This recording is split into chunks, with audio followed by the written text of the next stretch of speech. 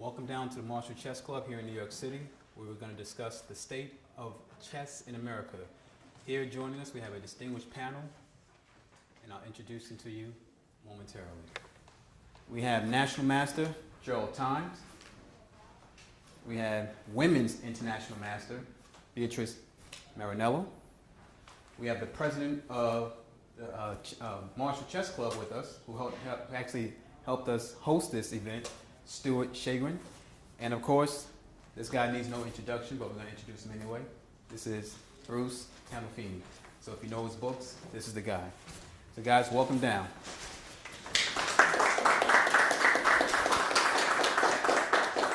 So I guess the first thing to start for me is the state of chess in America, where it came from, where it is, and where it's going. And I kind of want to get your thoughts on all three different topics and all three different stages as we move along. So let's jump right into it. I call this the Bobby Fischer era. All right? I have my own views on Bobby Fischer and the state of how he left chess here in America. But do you think because Bobby Fischer didn't choose to defend his title, that kind of like left an ill feeling towards Americans in this country? I wouldn't use the word ill feeling. I mean, obviously, Bobby Fischer was a genius of geniuses. He had an incredible amount of charisma. He was one of the first players to ask for appearance fees. He was way ahead of his time. I mean, something small today. We have a candidates tournament, but because of Bobby Fischer, he changed the system to matches. So tournaments, Fischer felt could be prearranged.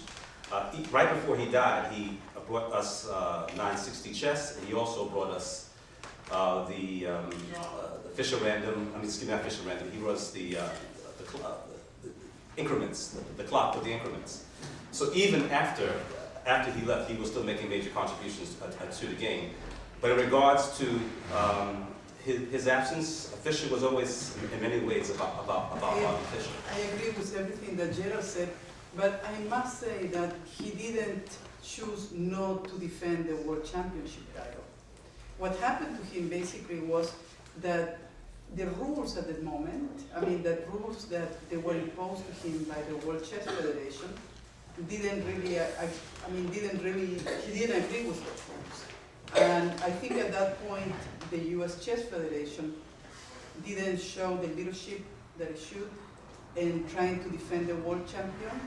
And there were some things that he was asking that later on they have been giving to every world champion, like in case that the match was a tie, he would have remained the champion. And that's a logical rule, and I think he was right to ask for it. And it was not offered to him. So, so it's a little more complex than that. I think in a way, this was in the middle of the Cold War, and there were a Soviet bloc that was looking to have their own candidate to be world champion versus this American grandmaster, genius, who wanted to remain world champion. So it was far more complicated than people think it is. Stuart, you actually knew Bobby Fischer or grew up with him. Bobby. I think Bobby was great. Bobby was great for chess. I think it is a shame he was not champion for a longer period of time, mostly because clearly chess in the country grew enormously when he became world champion, and there was a lull afterwards. But I think we'll get to it later. We're picking up again, and I think we miss Bobby. But I don't think there's any negativity towards chess or Americans or him just because he didn't defend the title.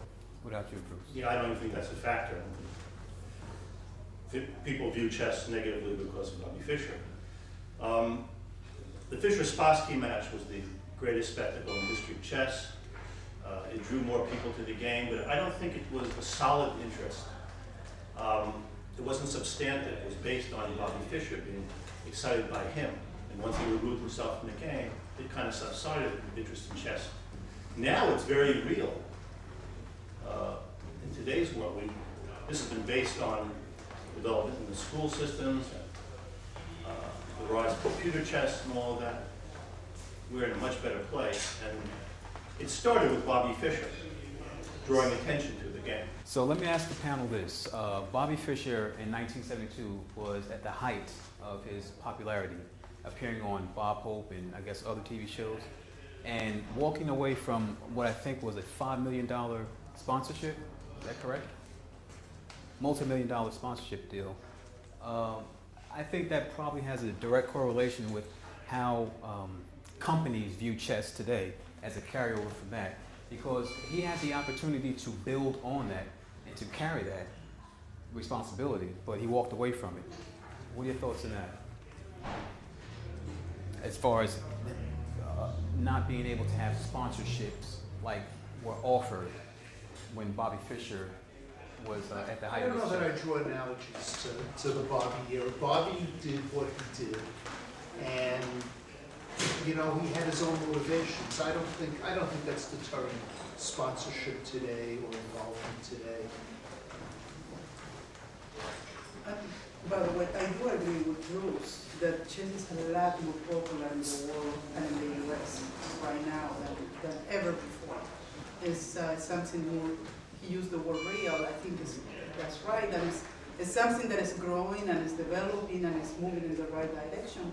And the good thing is it doesn't depend on one person or one organization or one group.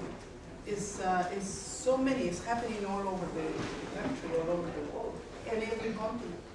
And that I think is due to the chess in the schools, but also to technology.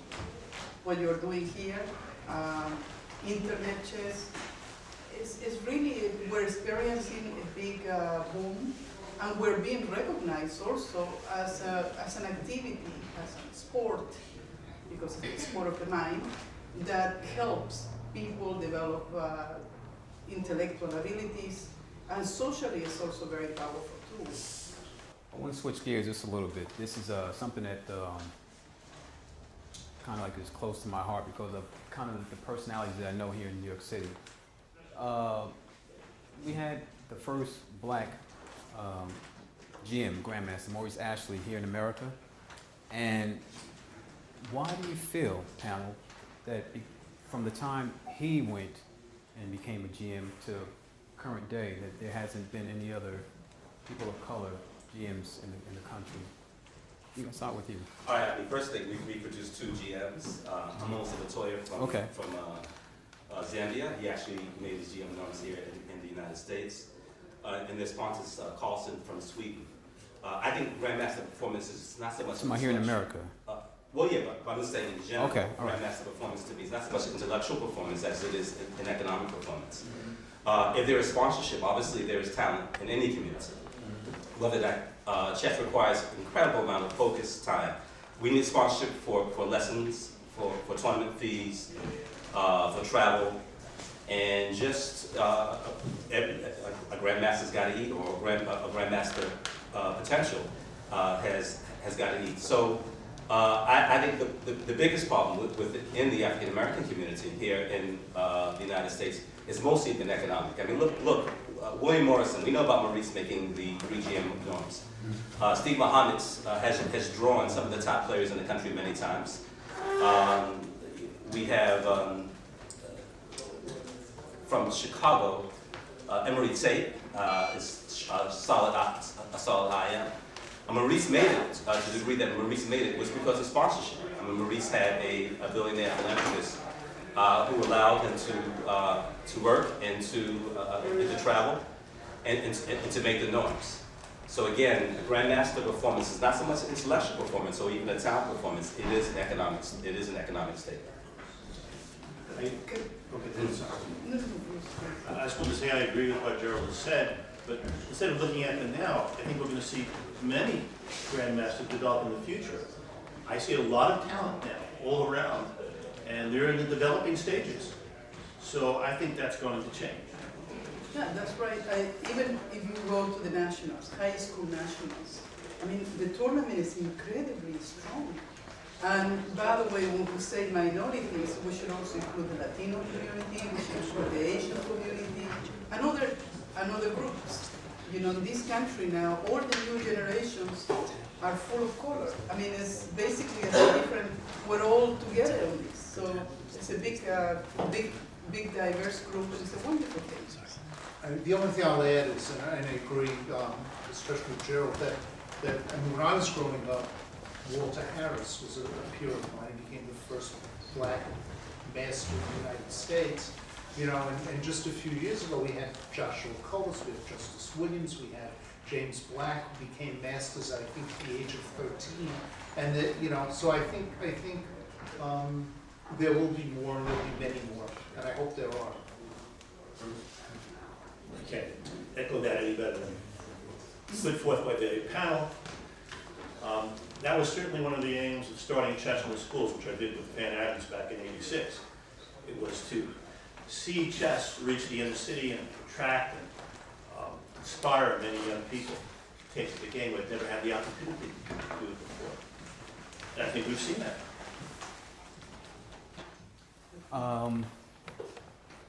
Do you notice more of, in your travels here in America or New York City, how can we keep minorities, women, Latinos, people of color, how can we keep them attracted to the game and keep them interested in wanting to play the game of chess? Just expose them to it. Offer them the opportunity. They'll play. And another big thing about chess in the schools, it provides the opportunity to develop a support system. So it could be that many of the students who are exposed to chess will not pursue it any further, but at least they appreciate the game, they can support their classmates. And that support system is very meaningful for everybody. We have on the line with us Grandmaster Maurice Ashley and Amy Lee, who are the organizers of the $1 Million Open. They took the time to Skype in to join in the conversation. How you guys doing? We're doing good. How are you doing? Good. Let's get right into it. This tournament has caused a firestorm, correct? I guess you could say that. I don't see any buildings burning down.